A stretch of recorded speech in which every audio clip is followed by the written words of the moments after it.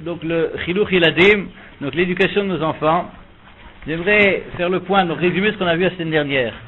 On a vu la semaine dernière que ce qui est essentiel au niveau Chiluch, le point le plus important, qui est la clé de la réussite, et si malheureusement on n'applique pas les règles du jeu, ça peut donner une catastrophe, c'est de l'amour. Alors ce qu'on a vu, merci beaucoup. Chacun son reste. Donc ce qu'on a expliqué la semaine dernière, c'est pourquoi est-ce que l'amour est tellement essentiel pour les enfants. On a vu que l'amour c'est un besoin, non pas physique, mais un besoin nafshi, un besoin, la personne a besoin, chaque personne a besoin, les enfants encore plus, d'amour. L'amour permet à l'enfant de résister aux épreuves de la vie. Pour que l'enfant puisse intégrer le chilou qu'on lui donne, il faut de l'amour. Alors je vais vous raconter une histoire personnelle. La personne qui me touche, enfin qui touche quelqu'un que je connais très bien. J'ai un Rosh Kollel, il s'appelle Rav Israel Weiss, c'est un Français. C'est un très grand ami Chacham. C'est un monsieur qui, Bla Inara, il a réussi de manière extraordinaire avec ses enfants. Il a, je ne sais pas, énormément d'enfants. Donc, et chacun de ses enfants, c'est un grand ami Chacham. Et par connaissance, chacun de ses filles, verrait qu'un grand ami Chacham. Alors, et pourtant, ceux qui le connaissent, c'est un monsieur, je ne veux pas le dire de manière péjorative, mais c'est un monsieur qui est très strict. Dire dur, c'est péjoratif, mais c'est quelqu'un qui est très strict, qui est exigeant de ses enfants. C'est un monsieur c'est un rare qui depuis très jeune connaît tout le chasse Mishnayot par cœur. Et il a voulu que ses enfants aussi connaissent tout le chasse Mishnayot par cœur. Donc il a astreint ses enfants à une discipline tous les jours, c'est étudier longtemps, en dehors des heures des heures scolaires, des Mishnayot. Et des Mishnayot est révisé. Je vois ce qui se passe avec les petits enfants qui suivent la route, c'est quelque chose de difficile. Donc c'est quelqu'un qui a priori était très exigeant, et donc lorsqu'on voit ça de l'extérieur, on peut s'imaginer que ce monsieur, lorsqu'il est très dur, il va rater l'éducation des enfants. On a toujours les images, j'ai encore l'image d'un monsieur qui, comme ça, à la synagogue, amenait ses enfants à la tfila, et était très strict avec les enfants. Il ne fallait pas parler, il ne fallait rien du tout. Et le moindre regard déplacé, et l'enfant se prenait une réprimande. Alors la différence entre Rav Weiss et ce père, c'est que ce père, il a perdu tous ses enfants. Tous ses enfants aujourd'hui sont non religieux. Ils ont tous. Ce monsieur qui était très strict à la tfila avec ses enfants, il a perdu tous ses enfants. Ils sont tous non religieux aujourd'hui, à ma connaissance. Et Rav Weiss a réussi de exceptionnel l'éducation des enfants. Quelle différence entre les deux, je vais vous dire. Rav Weiss, il peut appeler ses enfants en plein, parce qu'il a dans le collège, il y a deux de ses enfants qui étudient dans le collège. Donc deux Talmidei Chachamim, c'est pas des jeunes, il a près de 40 ans, l'autre a 35 ans, et c'est des gens exceptionnels, c'est deux Talmidei Chachamim exceptionnels. Il peut en plein mettre Midrash les appeler chéris. Donc il montre à ses enfants qu'il les aime. Je ne sais pas quand c'est la dernière fois que vous avez appelé votre fils chéri. Donc ça paraît bizarre, on reviendra là-dessus, mais chez lui c'est naturel. On sent chez lui que lorsqu'il dit chéri, il pense les mots. Et lorsqu'un enfant dit, encore hier, ses enfants ont dit une explication de la Gemara, mais il dansait de joie. Ah, tu es extraordinaire. Donc il fait sentir à ses enfants, et il a toujours réussi à le faire, qu'il les aime. Il le dit et il le fait sentir. L'autre, le monsieur qui n'a pas réussi à faire ça. Donc pour réussir l'éducation de ses enfants, il ne suffit pas d'éduquer, pour que l'enfant puisse intérioriser l'éducation, il faut que l'enfant sente qu'il est aimé. Si l'enfant sent qu'il est aimé, l'éducation ça passe. Au contraire, si l'enfant ne sent pas qu'il est aimé, l'éducation se transforme. Non, c'est plus d'éducation, c'est du tyrannisme, c'est de la dictature. L'enfant, il reçoit sans arrêt des injonctions pour opérer. Lève-toi, dépêche-toi, viens manger. Pourquoi tu n'es pas habitué le visage comme il faut? Mange proprement, fais la bracha avant, tiens-toi droit, dépêche-toi, tu vas rentrer à l'école, prends un pull, mouille pas tes devoirs, écoute à l'école. l'enfant reçoit une masse d'injonctions à agir en peu de temps et tous les jours. Pour l'enfant, il ne peut pas résister parce que il est en situation d'infériorité par rapport à son père, mais il y a un moment où ça craque. Donc lorsque il n'y a pas d'amour, l'enfant il analyse les relations avec ses parents comme étant des relations entre un sujet qui est un esclave presque et un maître qui est un tyran.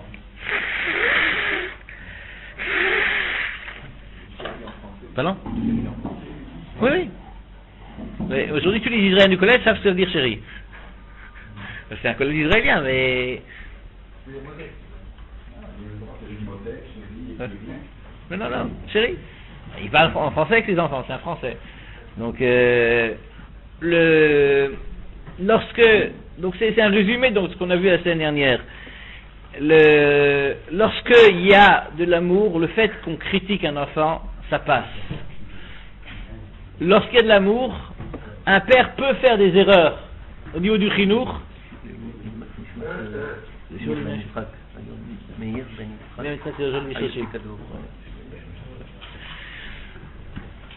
Donc même lorsqu'il y a des erreurs, le fait que l'enfant sent qu'il est aimé, ça permet d'effacer les erreurs.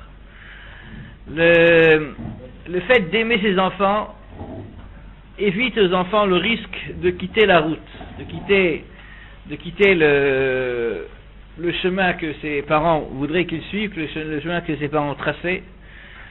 Un enfant on a vu ça en fin de cours, donc c'est un peu rapide, je vais revenir un peu sur cette idée. Un enfant qui rentre de la maison et il n'a pas l'amour auquel il a droit. Alors la maison devient une escale. Il pose son cartable, il mange peut-être quelque chose parce qu'il a faim et il redescend. Il redescend dans la rue, il redescend jouer le matin. Le matin, je ne dis pas qu'on doit garder ses enfants chez soi à la maison, les enfermer, mais lorsqu'un enfant, pour lui la maison c'est une escale, c'est-à-dire qu'en fait, il n'y a pas d'amour. La maison c'est une escale technique, mais comme il n'y a pas d'amour, il va chercher cet amour ailleurs. Alors j'ai une histoire qui est fraîche de Jérusalem, qui est assez terrible, et qui, là aussi, c'est une histoire vécue. Donc Jérusalem est une grande ville, donc il n'y a pas de chance que vous connaissez ces personnes, mais c'est des Israéliens. Le père c'est un expert comptable.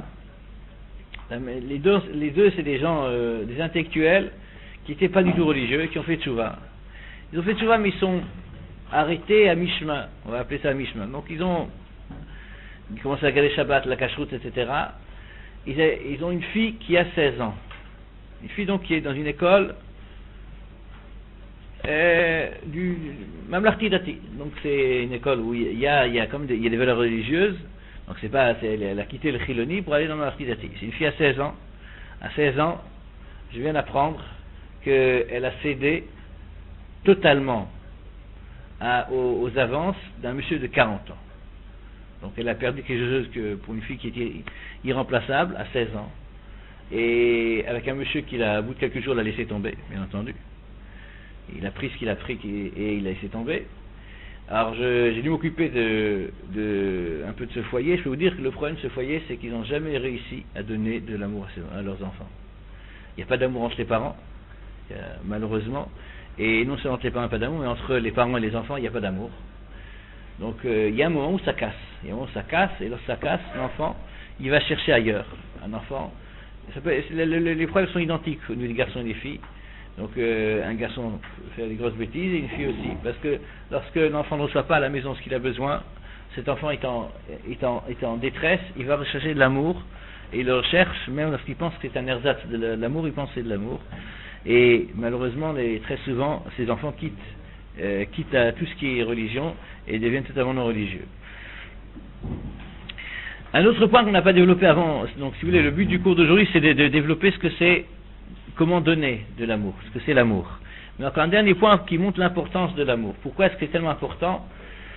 C'est le fameux passouk dans Michelet. Il y a marqué dans Michelet que le passouk, il dit que Maïm apanim la panim ken lev ha'adam la adam. Et Rashi explique là-bas que ça veut dire quoi que Maïm apanim la panim, que l'eau, elle renvoie le reflet du visage. Lorsqu'on se regarde dans l'eau, on voit son visage. Rashi explique, tu fais un sourire dans l'eau, tu reçois le sourire. Ken leva Adam la Adam, le cœur de l'homme par rapport à l'homme, c'est la même chose. En fonction de ce que tu montres à l'autre que tu l'aimes, ben, il te renvoie la même image. Un enfant qui ressent de l'amour, c'est un enfant qui va prouver à ses parents qu'il a droit à l'amour. C'est un enfant, et je pense que ceux qui n'ont pas réussi à présent donner de l'amour peuvent faire cet essai. On verra comment aujourd'hui. Commencer à donner de l'amour, vous allez voir, il y aura des changements, parfois des changements radicaux. L'enfant va commencer à ranger ses affaires. L'enfant va commencer à essayer d'améliorer ses résultats scolaires. Il va changer son comportement. Et j'ai beaucoup de témoignages de changements impressionnants. Je ne vais pas garantir que ça marche dans tous les cas. Mais c'est assez impressionnant de voir qu'un enfant qui ressent, qui commence à sentir qu'il est aimé, cet enfant, il va vouloir prouver à ses parents qu'il a droit à cet amour. C'est un amour qu'il mérite. Donc, lorsqu'on donne de l'amour, on ressent un retour de l'amour. Et on voit donc des changements qui sont essentiels. La jalousie entre les frères et sœurs va baisser. On l'a dit, elle ne va pas disparaître, mais elle baisse. Le respect des parents, c'est pas seulement la mitzvah qui est derrière le respect des parents, mais c'est une relation qu'on ne doit pas imposer par la force. On ne peut pas imposer le respect par la force. Certainement pas à notre époque. Donc le respect des parents s'obtient avec de l'amour, donner de l'amour. Donc voilà, ce qu'on a vu jusqu'à présent. Donc le premier sujet, c'était pourquoi l'amour est essentiel dans la relation parent-enfant. On va maintenant aborder le deuxième sujet. Oui. Lorsque vous dites l'escale, notamment l'enfant qui va descendre jouer avec ses copains, etc., il y a une différence entre s'il va jouer, c'est-à-dire qu'à ce moment-là, c'est également la même chose s'il allume son ordinateur et qu'il s'isole intellectuellement et qu'il reste sur son marcheur. Première question. Et la deuxième chose, le besoin de jouer en tant que tel, si effectivement, par exemple, on lui a dit écoute, t'es gentil, mais les tougines, ça fait un bruit épouvantable, tu joues dehors, et que donc il n'a pas d'autre alternative, mais qu'après, goûtant à cette pseudo-liberté, il aime, est-ce que ça veut dire que il quoi? Il aime cette pseudo-liberté de pouvoir effectivement faire des choses sans avoir ses parents sur le dos, et dehors. Bon, est-ce que c'est aussi lié au manque d'amour, ou est-ce que non, il faut de l'amour oppressant aussi, justement, ou non, posez une bonne question. On peut pas, de toute manière, on peut pas enfermer ses enfants à la maison parce qu'un jour, c'est encore pire. Et un enfant a besoin de sortir. Je dis pas que les enfants doivent pas sortir après l'école et pas avoir des copains. Ils ont le droit d'avoir des copains, ils ont le droit de jouer dehors, même si c'est pas vraiment technique. Un enfant voir ses copains, il n'y a pas de mal en sachant qui sont les copains de l'enfant. Hein. Donc il faut savoir qui c'est les copains, sans faire le flic. Hein, mais bon, c'est une question qu'on verra dans la suite des cours. Comment gérer les amis. Donc il ne s'agit pas c'est pas parce qu'un enfant t'entend ou même régulièrement sort dehors que l'enfant il a un problème. C'est pas de cas où on sent que l'enfant il est pas bien à la maison. L'enfant il veut pas rester à la maison, il disparaît, on ne sait pas quand il revient, on ne sait pas avec qui il est. Donc et c'est automatique. Il rentre à la maison, il dépose les affaires, il mange quelque chose et tout de suite il descend. Les parents essayent de le... Bien entendu, il faut qu'il n'y ait pas de présence réelle. On verra cette question si à la maison il n'y a pas de présence réelle, c'est-à-dire que les parents sont fatigués, nerveux, ou ils sont occupés. Donc c'est sûr que ça fait qu'aggraver le symptôme. Je parle d'un cas où les parents sont prêts à donner à l'enfant, et l'enfant, les parents restent sur leur faim, ils ont eu donner, et l'enfant il quitte quand même. Alors, ce qu'on va essayer de développer aujourd'hui, c'est en fait comment concrètement l'enfant doit ressentir cet amour. Et en fait, je suis persuadé que vous avez une question que vous vous posez. Vous dites, qu'est-ce qu'il veut ce Dreyfus? Mais c'est sûr qu'on aime nos enfants. Est-ce qu'il y a quelqu'un chez nous qui n'aime pas, qui aime pas on aime tous nos enfants. J'ai pas besoin de vous dire ce que c'est qu'une bonne mère sfarade. Mon fils, mon cœur, mes yeux. Et le père Sad, on est aussi quand on aime nos enfants. Qu'est-ce que je suis en train de vous raconter? Qu'est-ce que je suis en train de vous dire que c'est pas ça qu'on aime nos enfants, mais on se met en 4 pour nos enfants. En 4 encore, c'est un petit mot. Ah, pourquoi est-ce qu'on travaille tellement? Qu'est-ce qui nous préoccupe? Ah, c'est mais dès qu'il a le moins de petits problèmes, on va chez le médecin, on lui achète les plus beaux habits, les derniers gadgets, les jouets, la meilleure alimentation possible, des vitamines, etc. Mais nos enfants, mais c'est notre cas. Mais quel est le sujet? Qui c'est qui aime pas ses enfants? Donc, dans chaque portable aujourd'hui, vous avez les photos des enfants, dans la voiture, photos des enfants, au milieu du travail, on pense aux enfants. C'est sûr qu'on aime nos enfants. Vous avez raison, vous aimez vos enfants. Le problème, vous savez bien ce que je vais vous dire, il ne se situe pas au niveau de vos sentiments. Il se situe au niveau de faire sentir votre amour à vos enfants. Est-ce que vos enfants ressentent votre amour ou pas? Encore une fois, vous aimez vos enfants, j'ai aucun doute. Est-ce que vos enfants le ressentent ou pas? Est-ce que vous l'exprimez? Est-ce que vous le dites? Est-ce que vous savez transmettre cet amour? A priori, l'amour des parents, c'est quelque chose de tellement évident. Il n'y a rien de nouveau. C'est un sentiment naturel. On l'a vu la semaine dernière, c'est un sentiment naturel que tous les parents ont pour leurs enfants. Alors, je peux vous dire que malheureusement, la plupart des parents ne donnent pas d'amour à leurs enfants. Ils aiment leurs enfants, mais ils ne savent pas donner cet amour. Alors, je ne vais pas revenir sur le sujet qu'on a vu la semaine dernière. On a vu que, même au niveau de tout ce qui est relation homme-femme, donc il y a malheureusement une erreur sur la marchandise. Il y a aimer et désirer, donc très souvent l'amour c'est du désir. Donc on aime l'autre, on aime le poisson parce qu'on veut manger le poisson, c'est pas qu'on aime le poisson vraiment, on aime le goût du poisson. Donc entre un homme et une femme, trop souvent, l'aspect désir et ce qui est vraiment derrière le mot amour, donc il y a un jeu de mots qui est malheureusement qui est très trompeur, il y a aimer et désirer. Donc au niveau des enfants, il y a aussi un peu cela. Donc on aime jouir de ses enfants. On aime jouir d'un sourire d'un petit enfant. On est content des résultats scolaires des enfants. Mais pour nous, c'est quelque chose qui nous apporte une satisfaction. On recherche cette satisfaction. On veut que nos enfants réussissent dans la vie, entre guillemets, réussissent dans la vie.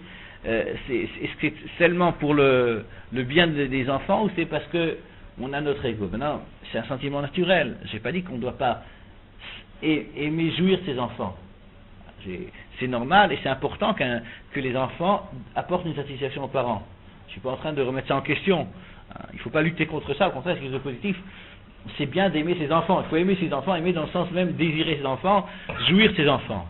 Le problème, c'est que si on s'arrête à cet amour qui est en fait, c'est pas de l'amour. Je ne veux pas dire l'égoïsme parce que c'est trop fort, mais c'est une volonté d'avoir des satisfactions de ses enfants. L'enfant n'a pas reçu d'amour.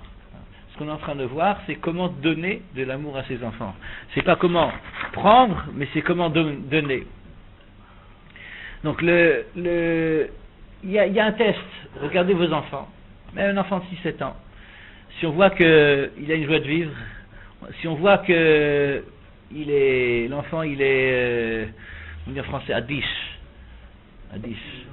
indifférent. Est-ce qu'on voit dans ses yeux un éclat, une joie de vivre, ou tout d'un coup on sent que l'enfant il a plus d'ambition?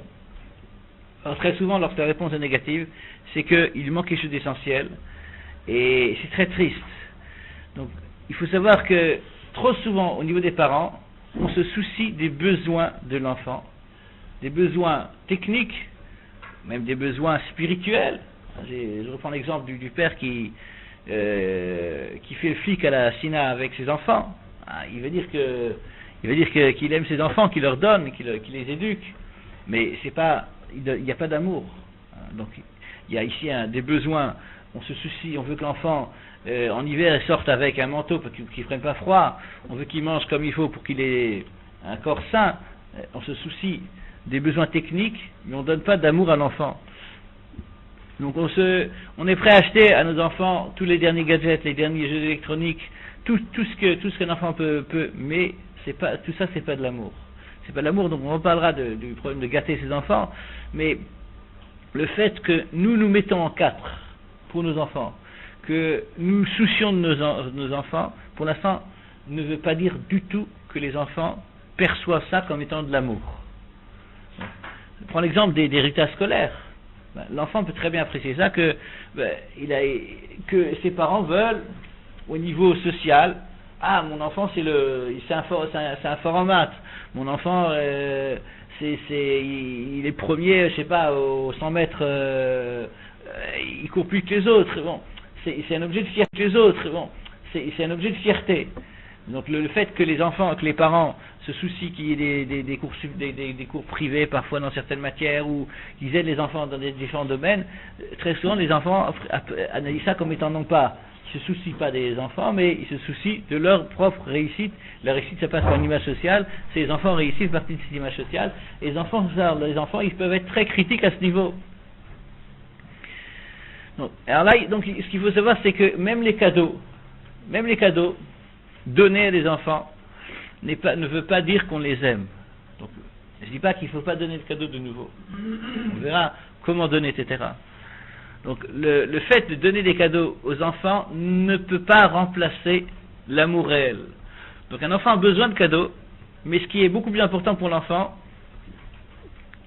c'est ressentir de l'amour. Alors, chaque enfant a un certain âge, à son âge, d'une certaine manière, donc on verra ça en détail un peu plus tard.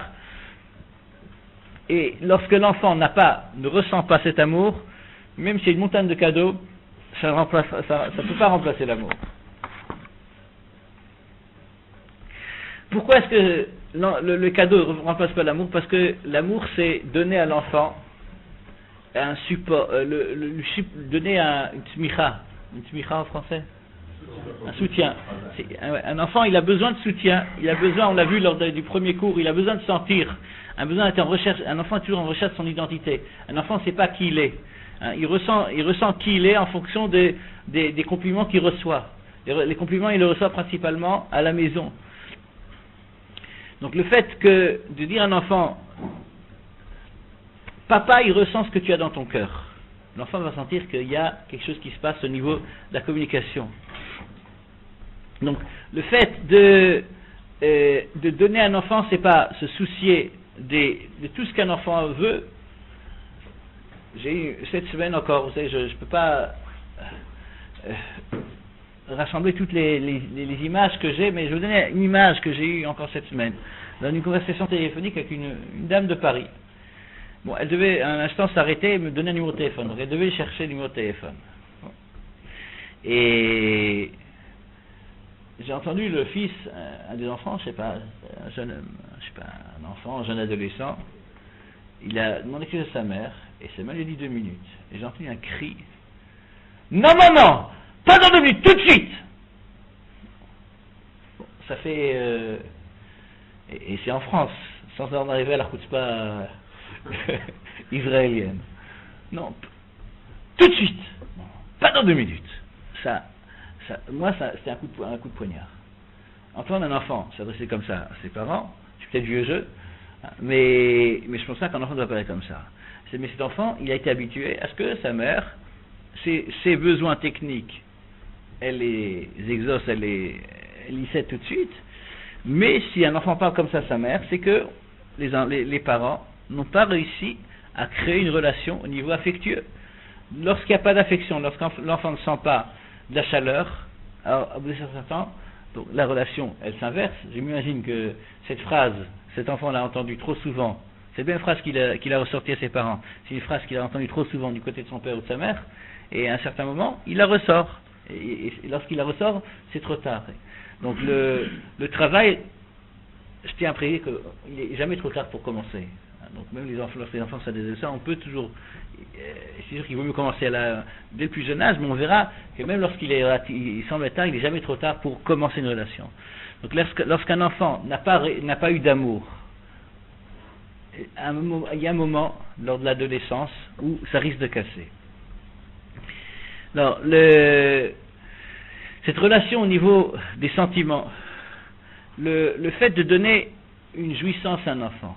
Alors, je vous pose une question. Lorsqu'on reçoit un compliment, même que nous sommes des adultes, et on a vu un adulte n'a pas du tout cette recherche de son identité, lorsque nous recevons un compliment, on se sent mieux. Peu importe de qui on reçoit ce compliment, l'homme est transformé. On n'a pas besoin de beaucoup pour regarder ce qui se passe au niveau des compagnies de téléphone en Israël. Moi, je suis Excelcom. Bon, je suis un vétéran d'Israël. Je peux vous dire qu'au niveau commercial, il y a eu un changement 360 degrés. Il y a une époque en Israël où il n'y avait pas de tout ce qui l'emballage cadeau, ça n'existait pas. Hein. Si vous étiez prêt à vous répondre, c'est déjà pas mal, et c'est vous qui devez remercier, ce qui est normal. Là, dans ce que tu as fait un seul corps, on a fait la conversation, vous leur avez demandé un renseignement, Tzodarabashit Kasharta. C'est moi qui ai besoin de vous, c'est pas l'inverse. Emshech Yom Naïm, Emshech Yom Maxim, bon, etc. Donc, il y a ici tout. Mais la personne, elle ressort de cette conversation malheureuse. Bon, parce qu'on est habitué, on sent que c'est technique. Hein. On sent que c'est technique. Mais lorsque ça vient. Si vous connaissez,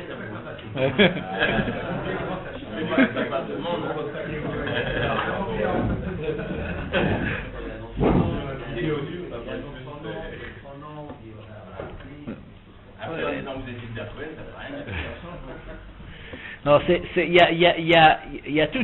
a tout un emballage cadeau. Et encore une fois, il est évident que d'une personne étrangère, je dis, moi ça me casse les pieds. Hein, je dis, franchement, ça me casse les pieds parce que je sens que c'est commercial, la personne a envie de. Bon, j'ai pas.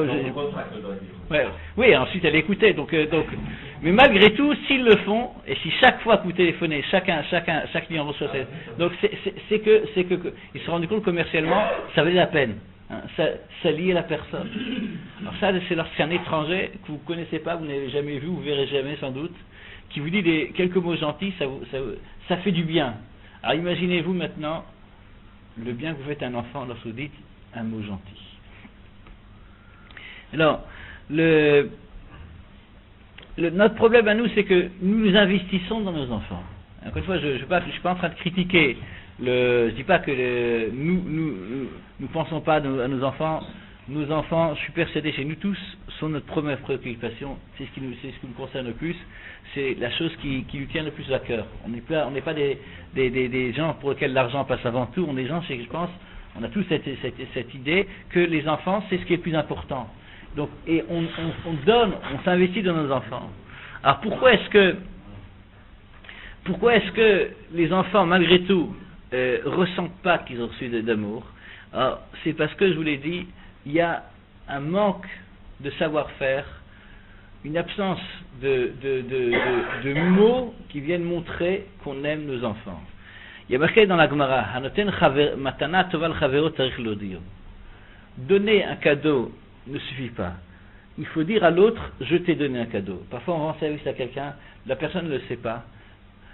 L'effet du cadeau n'est pas là. Donc si on veut donner si on donne un cadeau, on ne donne pas un cadeau tous parce que la personne qui reçoit le cadeau a besoin de l'objet technique qu'on lui a donné. Il y a un message qui est derrière le cadeau, et si on ne lui dit pas le message, on a passé à côté du cadeau. Je prends l'exemple classique, de donner un cadeau à son épouse. Vous savez très bien que dans le cadeau, vous vous rappelez du le ruban. Donc le petit ruban et le mot gentil, c'est pas qu'ils sont tout aussi importants que l'intérieur du paquet cadeau. Ils sont beaucoup plus importants. Pour une femme, le mot gentil est beaucoup plus important que le contenu du cadeau. Elle ne recherche pas le cadeau, elle recherche l'affection, l'amour qui passe avec le cadeau. Lorsque vous faites un cadeau et il n'y a pas de petit papier avec, croyez-moi, vous avez perdu l'effet du cadeau. Et c'est ce que Chazal nous dit. Il y a une relation qui doit se créer. Je travaille avec beaucoup d'adultes et j'entends parfois des adultes qui me disent, mais nous aussi, on n'a pas ressenti d'amour chez nos enfants. Nous aussi, on n'a pas ressenti chez nos enfants, chez nos parents, qu'il y avait de l'amour. Alors, lorsqu'on sait, nous sommes tous des parents, nous savons le temps, les efforts, le dévouement que représente chaque enfant. Que ce soit lorsqu'un enfant est un bébé, il faut se lever au milieu de la nuit, une fois, deux fois, les enfants sont malades, parfois on ne dort pas de la nuit. L'enfant grandit, on se met en quatre pour nos enfants, on fait tout pour nos enfants. On va les chercher à l'école, on les amène à l'école, surtout ceux qui ont des enfants en France, les efforts qu'on doit faire en France pour l'éducation juive.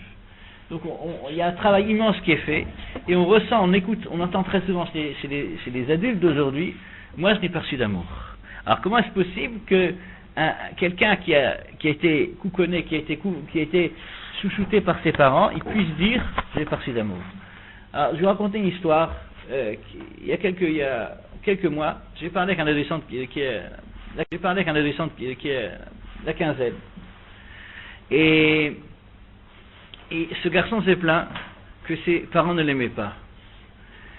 Alors j'ai posé la question, mais d'où est-ce que tu sais que tes parents ne t'aiment pas? Et l'enfant il dit, c'est ce que je ressens. Hein, je ne peux pas expliquer pourquoi, mais j'essaie toujours de faire ce qu'ils me demandent de faire, de leur faire plaisir, et malgré tout je ressens que mes parents ne m'aiment pas. Alors je connais le père de cet adolescent, donc au bout de quelques jours je l'ai rencontré, et je lui raconte la conversation que j'ai avec son fils. Et mais ça va pas, hein. Mais c'est n'importe quoi. Ah, sans arrêt, je fais tout pour mon fils. Sans arrêt, moi et ma femme, on se met en quatre pour. Et vraiment, c'est pas des égoïstes, c'est des gens qui vraiment pensent à leurs enfants. Comment est-ce possible? Alors j'ai posé une question. Est-ce que tu as dit une fois à ton fils que tu l'aimes? Je t'aime. Ces mots. Réaction du père, mais quoi? Mais j'ai encore besoin de lui dire. Mais il le sait. Mais je fais tout pour lui. Bon. Alors, la réponse que j'ai dit à ce monsieur, c'est si tu veux que ton fils ressente que tu l'aimes, il faut lui dire. Le fait que tu te mets en quatre pour lui n'a aucune signification. Ne veut rien dire du tout. Tant que tu ne lui dis pas de manière explicite que tu l'aimes, l'enfant ne ressent pas d'amour. Je vous ouvre une parenthèse. C'est un sujet qu'on a déjà traité, mais je vous le rappelle. Parce que le problème, il est trop souvent similaire au niveau de la relation entre les parents. Entre les parents eux-mêmes. Bon. Je ne sais pas comment vous avez rencontré votre future épouse. Dans le système, dans le système dans lequel je vis, ça se passe d'une autre manière, mais j'imagine que lorsque vous avez rencontré votre future épouse, bon, aujourd'hui, un jeune met du gel sur les cheveux, se met un jean délavé artistiquement, et fait tout pour attirer l'attention de la demoiselle, lui dit des mots gentils, des clins d'œil, des coups d'œil, etc., des marques d'attention, des petits coups de sans arrêt, il y a ce qu'on appelle en français de manière un peu populaire, faire la cour. Faire la cour. Faire la cour, c'est un koach, une force que Dieu a donnée à l'homme. Pourquoi Dieu nous a donné à nous cette possibilité de faire la cour? Je prends un exemple très fort qui va vous déranger. Mais Rahman Aïtsan, malheureusement, c'est qu'en Israël, il y a beaucoup d'Israéliennes qui sont tombées dans les bras d'Arabes. Comment ces Arabes ont réussi à les séduire? Ils sont très forts au niveau de la séduction. Dans les universités, etc., ils cachent le fait qu'ils soient arabes, et ils savent séduire, sont très forts, jusqu'à ce que la femme elle se retrouve dans le village, et là c'est fini, elle devient une esclave. Il y a malheureusement des dizaines, des centaines de filles juives qui sont comme ça, prisonnières dans des villages arabes. Pardon, ouais, j'ai pas les... Ouais. Il y a un cas d'enfant qui vient de savoir au cocktail,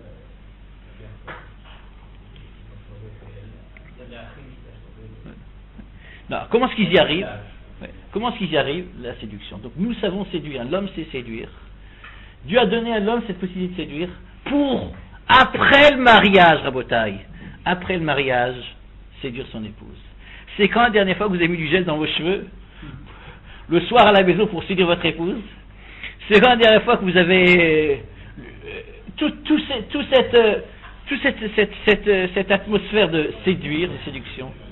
Alors la réaction lorsque je je dois m'occuper, je ne le fais pas, parce que j'ai pas le temps de le faire, mais lorsque j'ai dû m'occuper de questions sur le bike, lorsque je dis au mari, mais où est-ce que tu en es au niveau de cette séduction? Mais j'ai pas besoin de lui dire qu'elle est belle, elle le sait qu'elle est belle. Je pense. Ouais, que je pense. J'ai pas besoin de dire que je l'aime, elle le sait. Bon. Tout ça, malheureusement, on est à côté de... Vous n'êtes pas d'accord? Moi j'ai dit que si je venais avec du gel, ma femme elle me conseille ça. Moi si j'ai du gel, ça ne dit rien. On a trouvé d'autres exemples. Donc, j'ai encore eu vous savez, on a déjà vu ce sujet, je vous le rappelle. Il faut 5 fois par jour, un minimum, le dose minimum, c'est 5 fois par jour une marque d'amour pour sa femme. Des mots, un petit papier, 5 fois par jour minimum. C'est un besoin essentiel pour chaque femme. Lorsque ça ne va pas dans un couple, c'est que la femme ne reçoit pas son attention. 5 fois, des mots exprimés, dire tu es belle, ta jupe te va bien, tu es bien, c'est magnifique comme tu as mis le bouquet de fleurs. Tout ça, c'est un travail. Oui, c'est un travail. L'amour, aimer son épouse, c'est un travail. Et un travail, c'est apprendre à donner. Vous le faites, si vous allez le faire. L'amour, c'est toujours à sens unique. Lorsque on veut que ça soit dans les deux sens, c'est plus de l'amour, c'est de la comptabilité. Donc l'amour, c'est vouloir donner à l'autre sans attendre.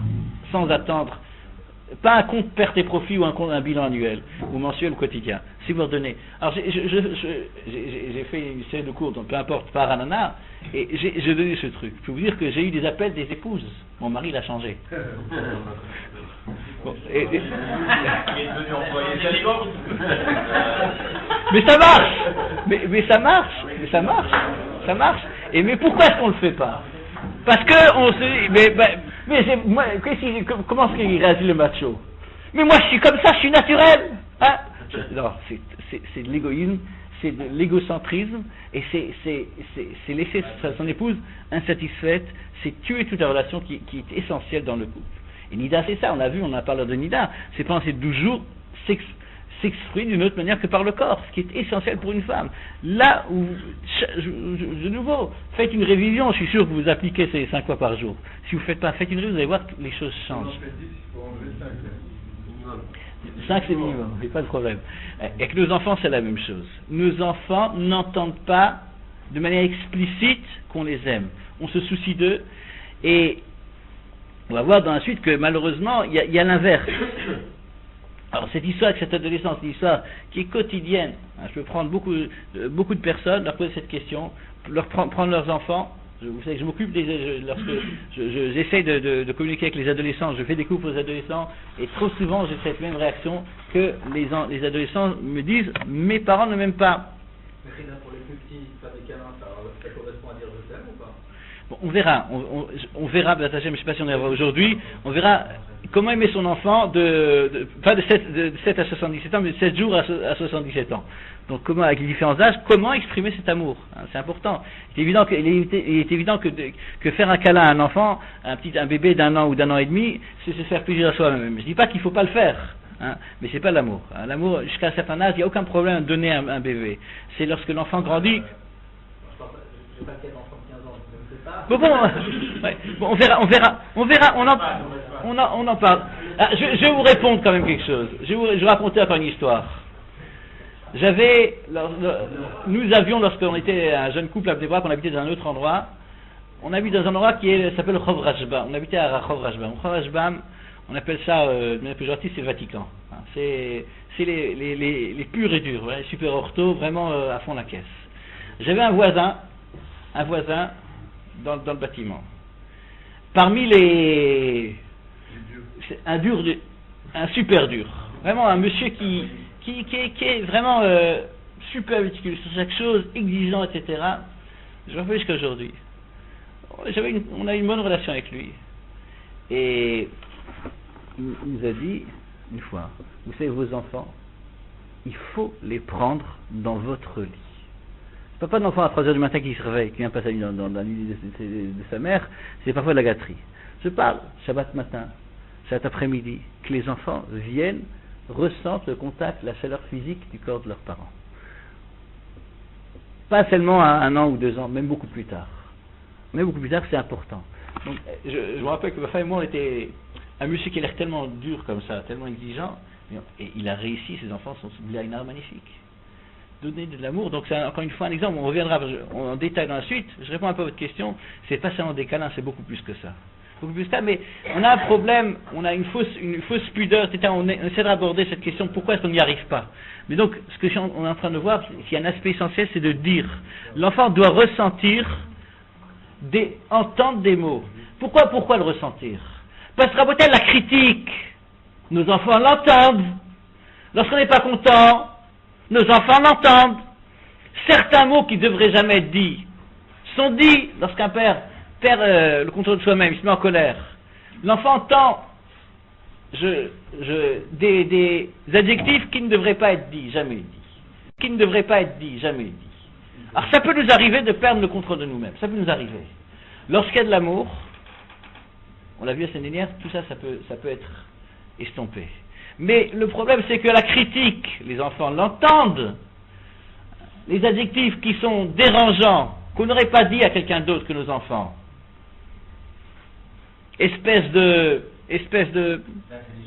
Ouais, exactement. Ouais. C'est les enfants l'entendent, pas une fois par an, mais trop souvent. Et les mots d'amour, les enfants ne les entendent pas. Entendent je t'aime, ils n'entendent pas. Alors comment? Donc ce qu'on est en train de voir, je ne suis pas un révolutionnaire, je suis en train de dire des choses qui sont BAB, qui sont simples, mais qu'on ne fait pas assez. Parler. Dire à votre fils, Moshe, tu sais comme papa il t'aime? Le dire, il n'y a aucun mal à dire, c'est casser un peu cette barrière de j'ai pas fait d'études psychologiques, hein, je suis pas un psychologue, je ne sais pas pourquoi certains pères n'arrivent pas à dire ces mots. Pourquoi il y a cette barrière? Je ne sais pas, et je n'ai pas fait de psychologie. Il y a une réponse très simple, et ce qu'on recherche, chacun peut le faire, il suffit de commencer.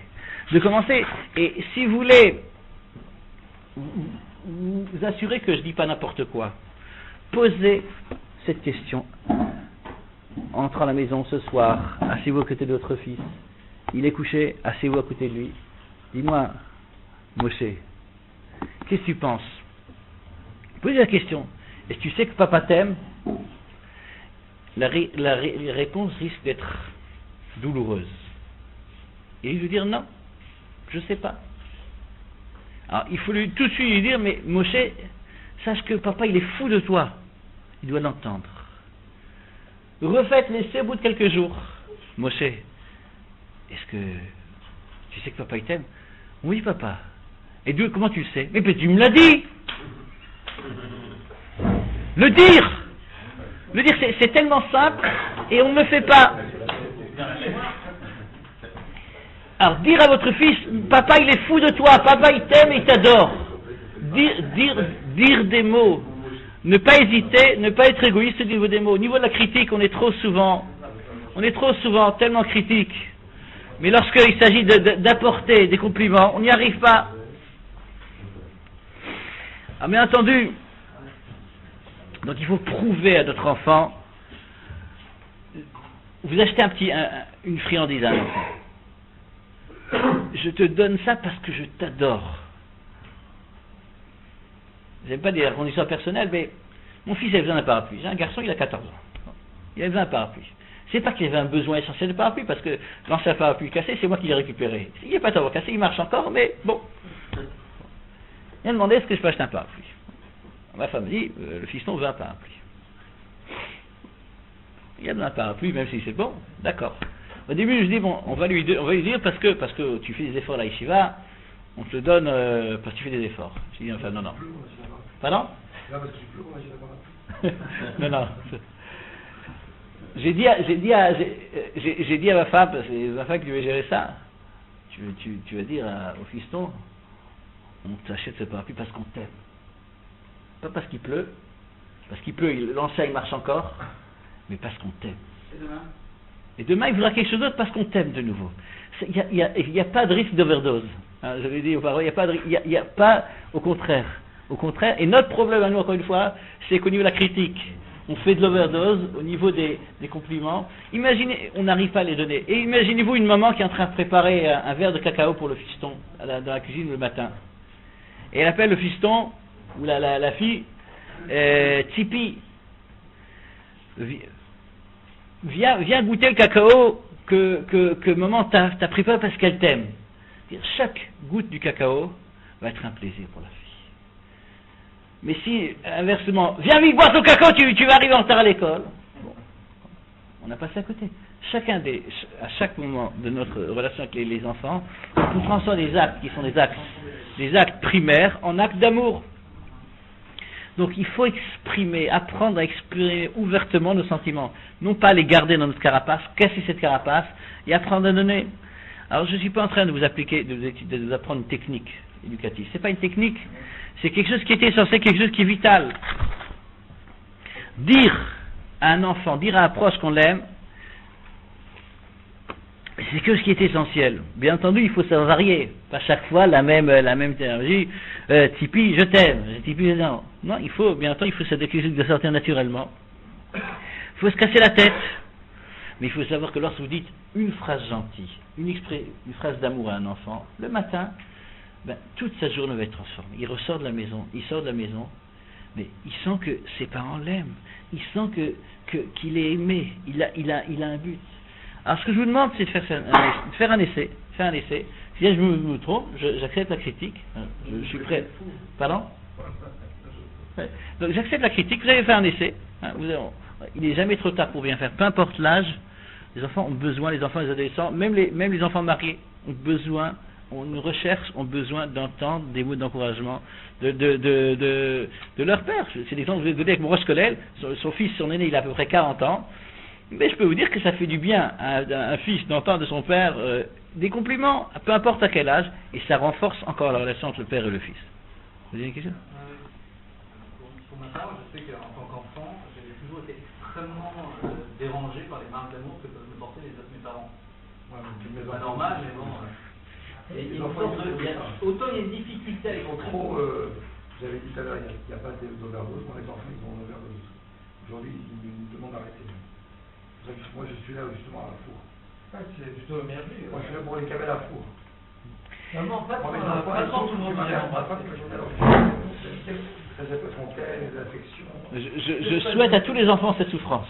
Non, je vous dis encore une fois, il y a parfois. Non, mais je vous crois. Mais je vous dis encore une fois, c'est possible qu'il faut savoir, par exemple, un exemple. L'enfant, il peut aussi sentir qu'il y a un moment où il y a un excès d'affection, il n'y a plus après. Il n'y a pas de. Prenons nous-mêmes. Est-ce que vous avez une fois été critique parce que vous avez reçu trop de compliments? Parce que justement, j'en ai pas reçu, je vais en donner, j'en fais trop. Alors, je prends après la responsabilité, il n'y a pas à faire trop. À ce niveau, les compliments, on les accepte toujours. S'ils sont dits de manière intelligente. Bien entendu, si un garçon de 16 ans, si sa maman à la synagogue commence à le prendre dans ses bras, l'enfant va être gêné.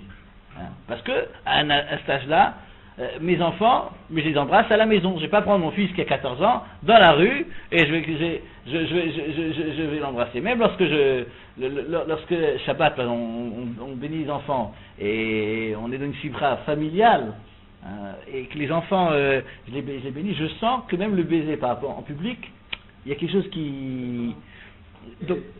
Mais à l'intérieur de la maison, lorsque personne n'est là,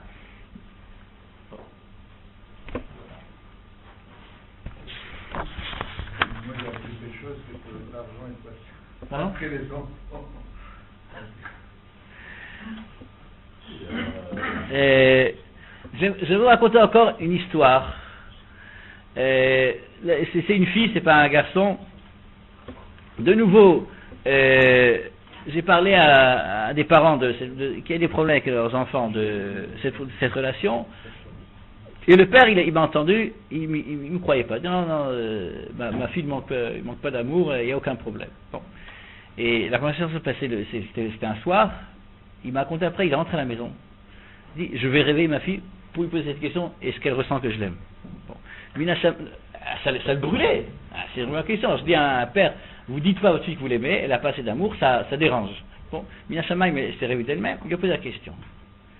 Et bon, 1-0, oui, je sais que, c'est la mère qui a posé la question, peu importe, oui, je sais que tu m'aimes. Et la mère me dit, pourquoi? Et comment tu sais que je t'aime? Mais c'est très simple, parce que tous les matins, c'est une famille nombreuse, c'est moi la première à qui tu prépares les habits. Alors ce qui se passait, c'est que cette fille a été plus lente que les autres enfants, donc il fallait arriver un peu plus tôt, et donc préparer les habits avant les autres. Donc la seule manière de ressentir de l'amour, c'est pas ressentir de l'amour, c'est un besoin technique de nouveau. C'est-à-dire que de l'amour, elle entend des mots, elle n'a jamais entendu. Elle pensait qu'elle était aimée parce qu'elle ressentait qu'il y avait quelque chose qu'elle recevait plus que les autres enfants. Donc l'amour, c'est pas, là c'est un point technique, c'est pas, de nouveau cette fille, et les parents se sont rendus compte qu'en fait, elle ressentait pas d'amour. Elle ne ressentait pas ça comme un problème technique, elle se dit, elle se lève exprès pour moi, elle fait ça pour moi, C'est pas le problème technique, c'est les intentions que met la mère là-dedans. Oui, mais il y a pas les mots. Il y a pas les mots. Il y a pas les mots. Il y a des non, les mots, la technique, la vue, des arrive la technique, la vue, des arrive peut-être un peu en retard. On a vu que on se met tous en quatre pour nos enfants. C'est pas ça l'amour. C'est mettre en quatre pour nos enfants, se lever et préparer les habits des enfants. C'est pas de l'amour. C'est se soucier qu'elle arrive à l'heure à l'école. Pour un enfant, il faut ça qu'un enfant, il a l'impression parfois d'être persécuté. Et des enfants qui pensent, peut-être que mes enfants m'ont adopté, je suis pas leur enfant. Ou si jamais je pouvais changer de mère. Il y a des enfants qui ont des rêves comme ça, qui pensent à ça. Donc pourquoi? Les enfants ne comprennent pas. Pardon? Parce que la fille, elle a traduit ça comme l'effort que la mère a fait pour se... Il n'y a pas les mots. Ce qu'il faut, c'est les mots. C'est les mots. Alors, s'il y a le moins de problèmes dans cette famille, et il y a dans toutes les familles. Ça fait ça, 5 heures de thérapie, plus 250 bouquins de psychologie. Alors c'est sûr qu'un enfant, s'il réfléchit, il peut analyser chaque acte qu'on fait pour lui comme étant un acte d'amour. Mais l'enfant ne réfléchit pas. L'enfant ne réfléchit pas, l'enfant il ressent, et il ressent les critiques, il ressent parfois les coups de colère de ses parents, ça il les entend de manière explicite, sans aucun... là on est explicite, mais lorsqu'il s'agit d'amour, on demande à l'enfant, fais un calcul.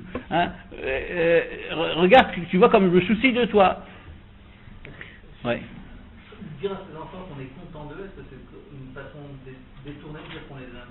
C'est une façon positive, pas détournée.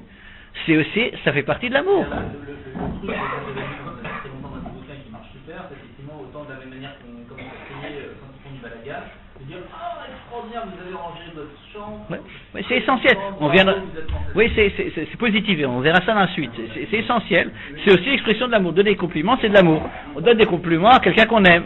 Est-ce que les perceptions des mots par rapport aux parents, du père et de la mère sont différentes? Est-ce que les enfants reçoivent ça différemment quand c'est le père qui dit je t'aime ou quand c'est la mère?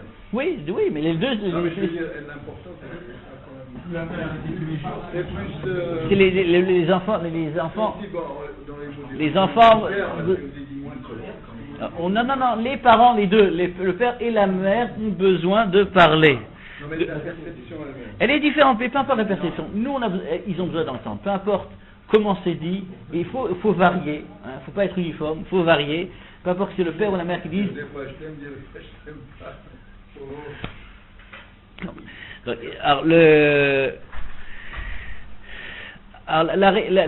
Très souvent, l'argument que j'entends, c'est les enfants sentent d'eux-mêmes qu'on les aime. Alors, la réponse que je dis lorsque j'entends ce genre d'argument, est-ce que lorsqu'il y a une critique, tu laisses l'enfant aussi le comprendre de lui-même, la critique? Réponse: non, la critique, on le dit de manière explicite, les marques d'amour, non. Donc, un enfant a besoin autant d'amour que de critique, et il a besoin plus d'amour encore que de critique. Alors, notre force, elle passe par la bouche. Notre manière de donner, c'est en parlant. Alors, j'ai pas fait des recherches, j'ai pas fait des statistiques, mais je peux vous dire que lorsque un enfant, il reçoit, lorsqu'un enfant, il entend des mots doux, des mots gentils, des mots d'amour, cet enfant, il va grandir. Je reprends l'exemple que je vous ai donné ce matin, au début du cours de mon Rosh Kollel, Rav Weiss, qui est quelqu'un qui est très exigeant avec ses enfants, et pourtant ses enfants tous, les Haïnas sont tous des c'est pas qu'ils sont réussis, ils sont tous exceptionnels. Comment est-ce qu'il a réussi à faire ça? Parce que c'est pas, il y a des enfants qui, leur chambre, ça ressemble à un magasin de jouets. Le dentiste a énormément de travail avec les sucreries qu'ils reçoivent. Tout ça, c'est pas des marques d'amour.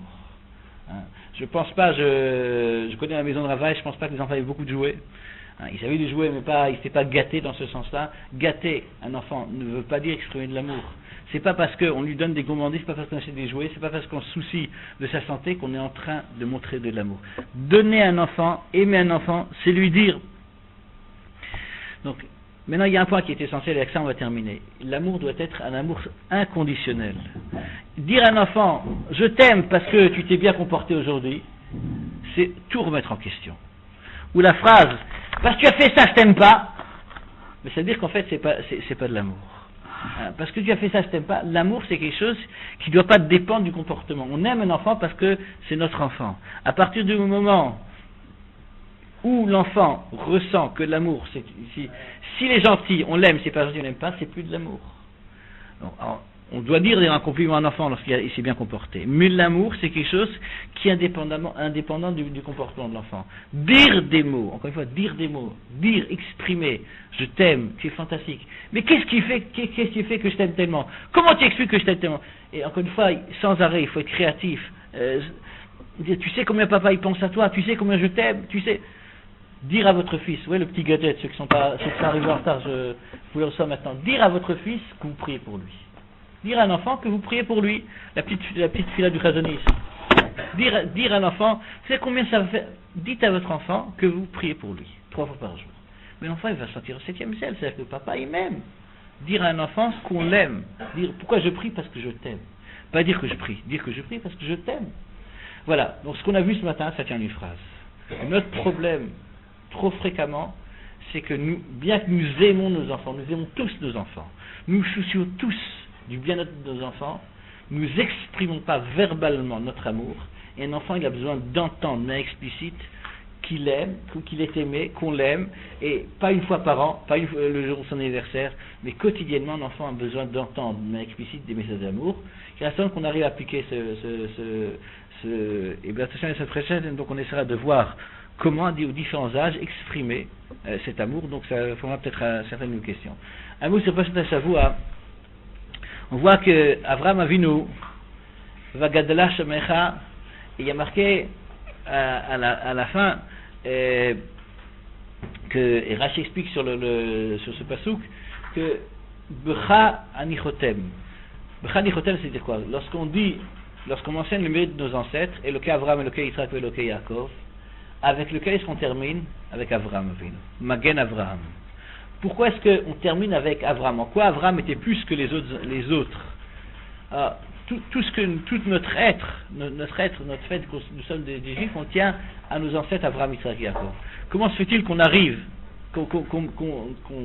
sans arrêt, on termine avec Avraham? La réponse est simple. Le Ktav Sofel explique. Il dit, lorsqu'un enfant a grandi dans une famille où on observait Torah Mitzvot, cet enfant, pour accomplir Torah Mitzvot, il n'a pas de grosses difficultés. Parce que il a été entraîné. C'est des habitudes qu'il a acquises. Le problème se situe lorsqu'on doit changer quelque chose. Lorsqu'il y a une halakha qu'on ne connaissait pas, qui doit changer un peu notre manière de vivre les choses, c'est là qu'on est un peu remis en question. Mais dans le gros du travail, il y a un automatisme qui est parfois négatif, mais qui est là, qui est une réalité. Quelqu'un qui a eu le mérite de faire tchouva, c'est quelqu'un qui a tout commencé à zéro. Il n'y a pas d'automatisme. Il doit s'habituer à vivre d'une autre manière. Yitzhak et Yaakov, ils ont grandi chez Avraham. Ils ont vu Avraham. Donc pour eux, bien qu'ils étaient seuls, être seuls par rapport au reste du monde, c'est pas du tout évident, mais il était évident que pour eux, la difficulté d'accomplir le Torah Mitzvot était bien moindre qu'Avraham Avinu. Avraham Avinu, c'est le premier. C'est lui qui s'est remis en question la manière de vue de tout le monde, et est arrivé à une conclusion, et en fonction de cette conclusion, il a commencé à changer, et a vu de l'autre manière. La force d'Avraham Avinu, c'est la force de celui qui a eu le mérite, comme beaucoup d'entre vous, de faire tchouva, de changer une manière de vivre, de se remettre en question, de changer de route, et c'est pourquoi, lorsque on mentionne nos ancêtres, le patriarche, on termine toujours Becha Chotmim avec Avraham Avinu, parce qu'Avraham Avinu, c'est lui qui a en fait eu la force de changer les habitudes et de commencer une nouvelle route, et raconte qu'on puisse continuer cette route.